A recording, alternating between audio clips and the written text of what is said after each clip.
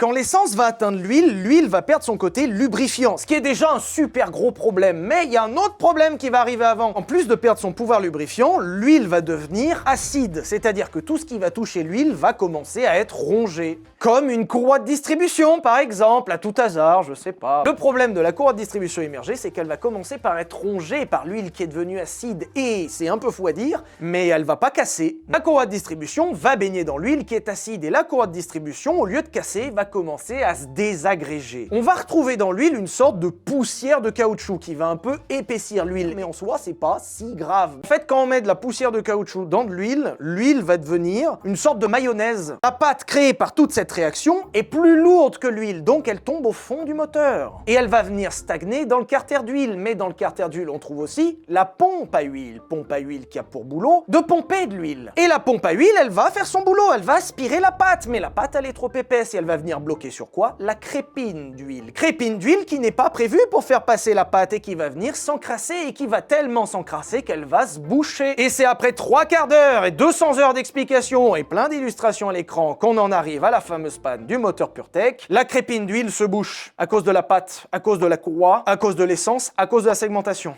Et ça casse. Le PureTech a du cholestérol. Tu vois, quand quelqu'un a du cholestérol, c'est parce que son sang devient gras, son sang coagule, ça bouche un truc, t'es mort. Bah le PureTech c'est pareil. Et c'est toute cette réaction en chaîne qui explique la casse quasiment systématique de tous les moteurs PureTech.